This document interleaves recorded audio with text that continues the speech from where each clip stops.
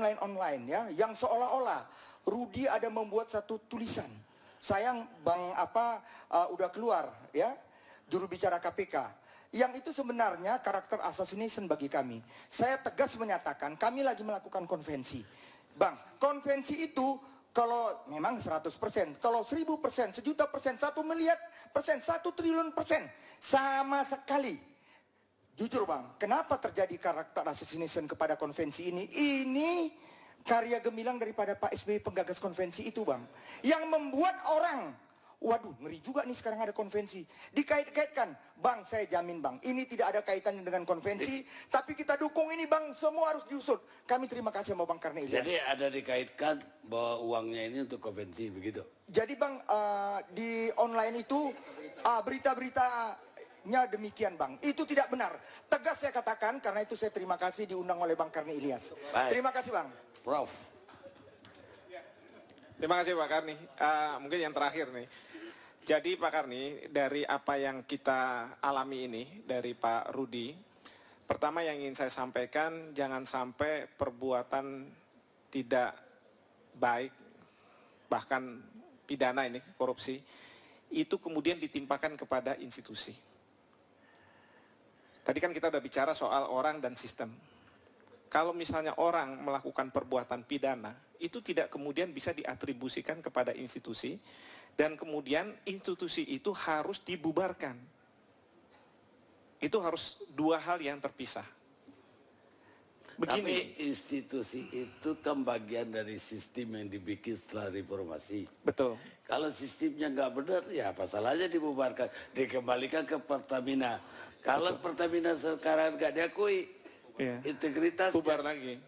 Tinggal Pertamina jadi gini, seri baru. Nah ini hal yang kedua yang saya ingin masuki, yaitu selama rezim yang berlaku di dunia migas kita adalah rezim kontrak, maka institusi seperti apakah namanya Pertamina, BP Migas, bukan PT Pertamina ya, Pertamina berdasarkan Undang-Undang 8 tahun 71, SKK Migas, BP Migas, itu harus ada. Karena tidak mungkin yang namanya negara, bisa saja sih kementerian, bisa tanya sama BPK. Kementerian ketika melakukan pengadaan barang dan jasa, kasus Hambalang dan lain sebagainya, dia bisa menjadi subjek hukum perdata. Tetapi kan tugas dia tidak melakukan tanda kutip perbuatan perdata. Kebanyakan perbuatannya adalah di sektor publik, membuat regulasi ini dan itu.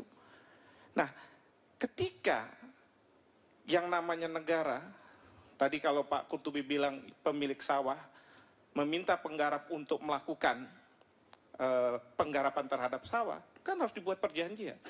Nah perjanjian itu siapa?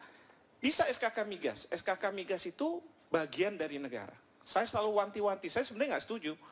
Dan saya rasa Pak Kurtubi juga tidak setuju. Dan ini juga yang tidak dikehendaki oleh pemohon ke Mahkamah Konstitusi. Kenapa? Karena SKK Migas itu mengatasnamakan pemerintah. Sekarang kalau misalnya ada pemerintah daerah menghambat, itu saya sebagai kontraktor, saya bisa gugat pemerintah. Enggak, pemerintah ini cuma ESDM saja, tapi bisa kehutanan, ke ini dan lain sebagainya. Nah, dengan adanya lembaga yang terpisah dari negara, yang namanya BP Migas, sebagai pengganti Pertamina, dulu Pertamina itu bermain di hulu dan hilir, Undang-Undang 8 tahun 71. Lalu kemudian banyak korupsi dan lain sebagainya, akhirnya dibubarkan. Padahal kalau misalnya pada waktu itu opsinya adalah kita benahi, kita perbaiki, mungkin juga bisa terjadi seperti itu. Nah tapi oke lah kita lakukan itu. Lalu kita kembali, kita buat yang namanya BP Migas. Di sektor hulu ada BP Migas, nanti di sektor hilir ada BPH Migas. Nanti regulasi dikembalikan ke pemerintah. Jadi dipecah-pecah seperti itu. Sekarang ada masalah, lalu kemudian rame-rame katanya inkonstitusional. Nanti dirubah lagi. Jadi dalam konteks seperti ini, saya berpikir kapan Indonesia ini akan membangun negerinya. Kalau selalu sesuatu itu diselesaikan dengan cara menafikan lembaga itu. Karena apa? Ada masalah-masalah yang dilakukan oleh tanda kutip oknum-oknum. Dan yang ketiga, Bang Karni, kalau boleh saya sampaikan di sini, yang kita lawan ini kan sebenarnya mafia nih katanya. Tapi kalau yang namanya mafia, apakah mudah mengungkap? KPK, kepolisian, kejaksaan, kalau tidak ada bukti, mana mungkin? Tapi kita tahu, endusannya kita tahu.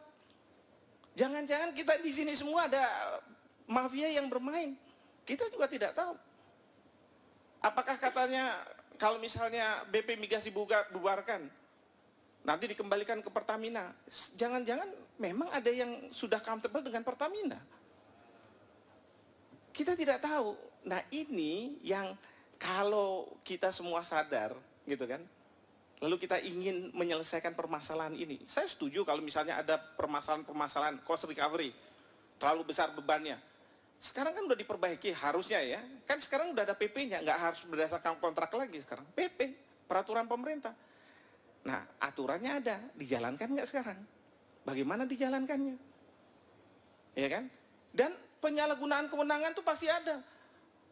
Orang yang menentukan ya atau tidaknya cost recovery, kalau dia mau bermain mata, bisa.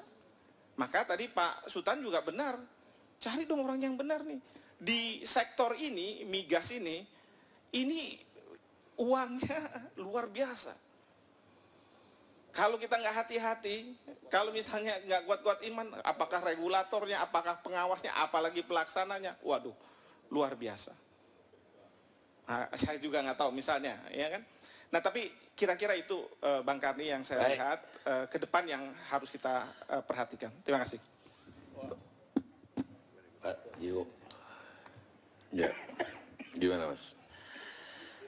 Ya Pak Jiwo tentu tidak akan saya tanya soal trader ini ya. Tapi Ya saya nggak ngerti, saya ngomong apa tadi juga nggak ngerti. tapi kan kita melihat nih, seperti yang beliau juga Pak Iqmanto barusan bilang, bahwa nggak perlu institusi yang diubah, tapi orangnya. Tapi ini udah orang tamatan ITB, profesor, dosen teladan, yang dibilang alim oleh semua orang. Itu namanya Apa memang budaya, memang kita, atau memang kita semua memang koruptor. Jadi Itu namanya- siapapun ditaruh akan korupsi. Itu namanya argumentum ad hominem. Jangan membawa alma mater. Pak Karni sudah mencontohkan nggak baik bawa ITB kan. Bukan, beliau tadi menyebut Ruhut juga. bukan aja Ruhut, berapa orang Di ITB pembicara. banyak yang bagus. Ada ahli bangunan tahan gempa, Insinyur Wiratman, ada ahli tanah, Rismantoyo. Ada yang paling saya hormati MT Zen, geolog. Beliau yang sampai sekarang berkata, sekarang tidak ada bangsa di dunia yang paling sibuk merusak dirinya sendiri, kecuali bangsa Indonesia. Oh yang ITB Pak. Saya ITB juga nggak korup, karena nggak ada yang saya korup. Tapi problemnya gini deh, saya ngelihat omongan kayak gini tadi kok rasanya kita nggak keluar dari ini kayaknya ini secara kebudayaan itu matahari lagi marah Pak. Wong ada matahari, surya melimpah, banyak penelitian tentang energi surya. Kalau kita kok nggak dipakai? Bukan pan matahari. Saya ketemu orang-orang teman-teman engineer di kampus Maksudnya ini. panas bumi. Matahari energi surya. Kalau pakai itu selesai nggak perlu migas. Nggak perlu migas Pak. Saya hitung-hitung kalau rumah itu sekitar 2.000 watt atau apa. Paling dia investasinya 25 juta. Oke kelihatan mahal. Tapi dalam 2 tahun selesai kan daripada dia bayar PLN. Jadi ada apa sebetulnya kita harus dipaksa pakai migas? Kalau itu mungkin debatnya nanti teknologinya. Iya bukan artinya sejak awal memang patut diduga bahwa ini mafia. Kenapa kok kita harus pakai migas? Nah kalau kita berhadapan dengan mafia ya nggak akan selesai Pak. Itu satu. Dan kenapa kok banyak hal aneh-aneh? Saya kira menurut Pak Hasan Basri, masa sih DPR kayak orang sekaliber Sultan Batu Gana nggak tahu bahwa ketua SKK atau ketua BPJS terlalu berkuasa? Nggak mungkin. Pasti kalau itu sengaja dibiarkan. Soalnya akan bisa dimanfaatkan secara logika loh ya. Nggak mungkin, nggak tahu itu kekuasaannya nggak mungkin. Apakah ini aneh? Nggak aneh wong ini di Indonesia keperawanan aja dites. Nggak aneh. Kalau kita sedang berbicara tentang Indonesia, jangan melihat bahwa ini aneh. Seorang pejabat masih beriklan itu aneh menurut saya, tapi masih dilakukan. Jadi saya kira Pak Karni, dan yang aneh juga Saya SMS Pak Karni 2 hari nggak dijawab-jawab, padahal saya mau ngundang ini Pak. Saya mau bikin pentas ini, sampean nggak datang. Itu aja. Ya, terlewat. Lah ya. Saya kira Twitter. Ternyata 25 SMS. tahun saya berkesenian, Pak. Oke. Saya undang. Jadi itu saya kira saya tidak setuju kalau ini dibawa ke kampus karena sekarang nasionalisme sudah nggak ada, Pak Hikmanto. Yang ada nasionalisme berkotak-kotak. Sejauh itu tidak menyangkut dirinya, nggak ada. Ini kasus dari Kopassus. Kopassus pasti tahu. Saya hormat kepada Kopassus. Kopassus pasti tahu bahwa banyak preman.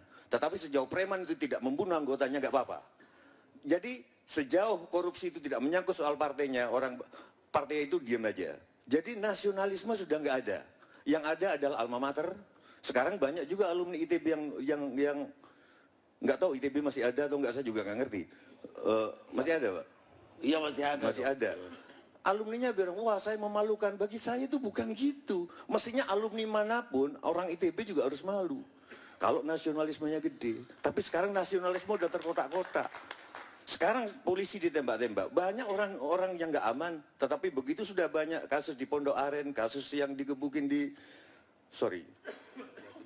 Jakarta, baru pusing. Jadi kenapa sekarang Pak, nasionalisme tidak berarti Indonesia, tetapi apakah kepentinganku diganggu? Apakah alma materku kena? Yang salah siapa kalau nggak kepala negara? Kenapa nggak bisa membangun nasionalisme kita? Maaf Pak, ini acting aja Pak. Jadi saya kira gitu Pak. Saya kira acting yang bagus sekali malam ini. Mantap. Tapi Pak Kaligis boleh satu. Nah, sampai jam 12 Bapak. Enggak, ini satu aja. Terima kasih Bang Karni. Saya kira saya cuma ngomong faktanya mengenai SDM dengan SKK Migas. Itu ada fakta bahwa menata kembali penetapan formula harga gas yang berbeda-beda Pak. Karena hal tersebut telah menyebabkan ketidakadilan di antara pabrik-pabrik industri petrokimia. Ada PT Indonesia mendapatkan harga yang lebih mahal daripada PT asing. Akibatnya dia mesti tutup Pak. Kedua mengenai untuk perhubungan Pak, harus dilakukan regulasi dengan membela kepentingan nasional dengan menerbitkan larangan transport bagi kapal-kapal asing. Yang ketiga Pak, untuk badan usaha milik negara, adanya sekarang praktek monopoli oleh holding company. Itu jadi di mana pembentukan holding company, perusahaan pupuk telah menyebabkan adanya praktek monopoli dan kartel atas pembelian amonia. Dan karenanya kami usulkan supaya pembentukan holding berdasarkan peraturan Menteri Badan Usaha milik negara nomor 236 itu dihapuskan Pak, cuma itu. Dan kemudian transparansi untuk SKK Migas supaya tidak banyak korban. Terima kasih Bang Karni ya. Baik Pak, saya hanya ingin mengatakan bahwa sekarang dalam keadaan ekonomi kita yang agak mencemaskan dengan dolar yang udah hampir 11.000, kemudian juga pasar udah lebih lagi itu 11.000, pasar sahamnya juga udah menukik tajam. Ternyata yang kita produksi masih porak-poranda seperti ini. Artinya apa? Keluarnya kita dirampok habis-habisan. Waktu beli mungkin juga dirampok, setelah beli juga dirampok. Mencemaskan memang bangsa ini ke depan. Tapi saya hanya ingin menitipkan pesan Abraham Lincoln kepada para pemangku jabatan di negara ini. Abraham mengatakan begini, bahwa saya sangat percaya dengan kekuatan rakyat. Saya percaya bisa mengandalkan rakyat mengatasi kesulitan ini, asal mereka dikasih kebenaran. Kebenaranlah yang dibutuhkan untuk rakyat kita dari para pemangku jabatan di negeri ini. Kita ketemu ALC yang akan datang.